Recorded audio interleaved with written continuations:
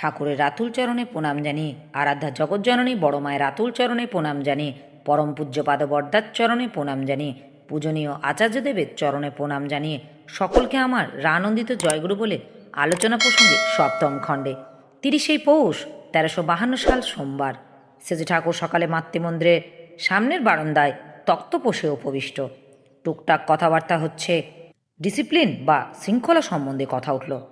একজন বললেন, সাধারণত দেখা যায় ভয় ছাড়া শৃঙ্খলা হয় না। সেজে ঠাকুর, তাতে কি হবে? সে তো সরকারি শাসনে আছে, ওতে চরিত্র অস্পষ্ট থাকে, এমনকি অপকৃষ্ট হয়। চাই ভালোবাসাজনিত শৃঙ্খলা। ভালোবাসাজনিত শৃঙ্খলা জীবনপ্রদ, কিন্তু ভয়ের থেকে যে শৃঙ্খলা, তা সত্তার অপকর্ষই আনে। প্রফুল্ল, ভয়ের থেকে শৃঙ্খলা আসলে তা সত্তার অপকর্ষ আনবে কেন? সেজে ঠাকুর, ভালোবেসে যখন তুমি আদর্শ ও নীতির কাছে নতি স্বীকার করো, তার ভিতর দিয়ে হয় তোমার আত্মিক বিকাশ।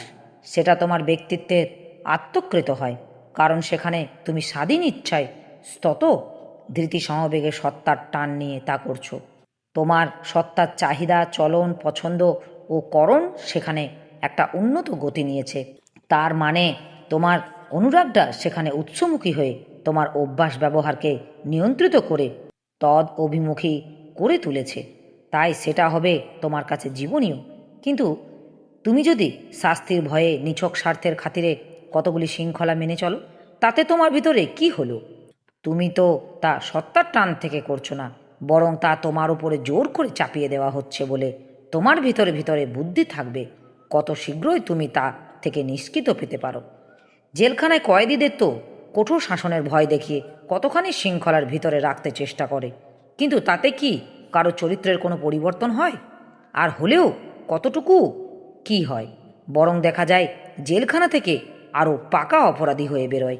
পশুবলের দ্বারা মানুষের পশুত্বকে যতই নিস্তেজ করে রাখা যাক, তাতে কিন্তু ভিতরের পশু দমে না।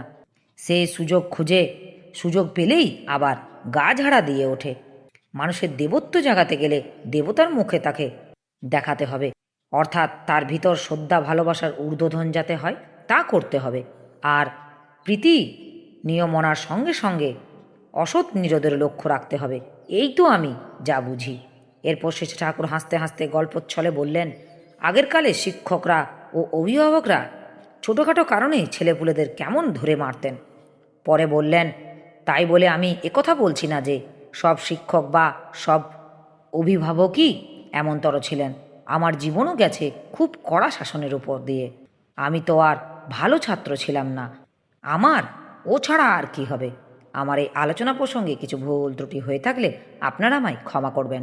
উপস্থিত দাদা, ভাই, বোন, মায়েদের আমার আনন্দিত জয় গুরু।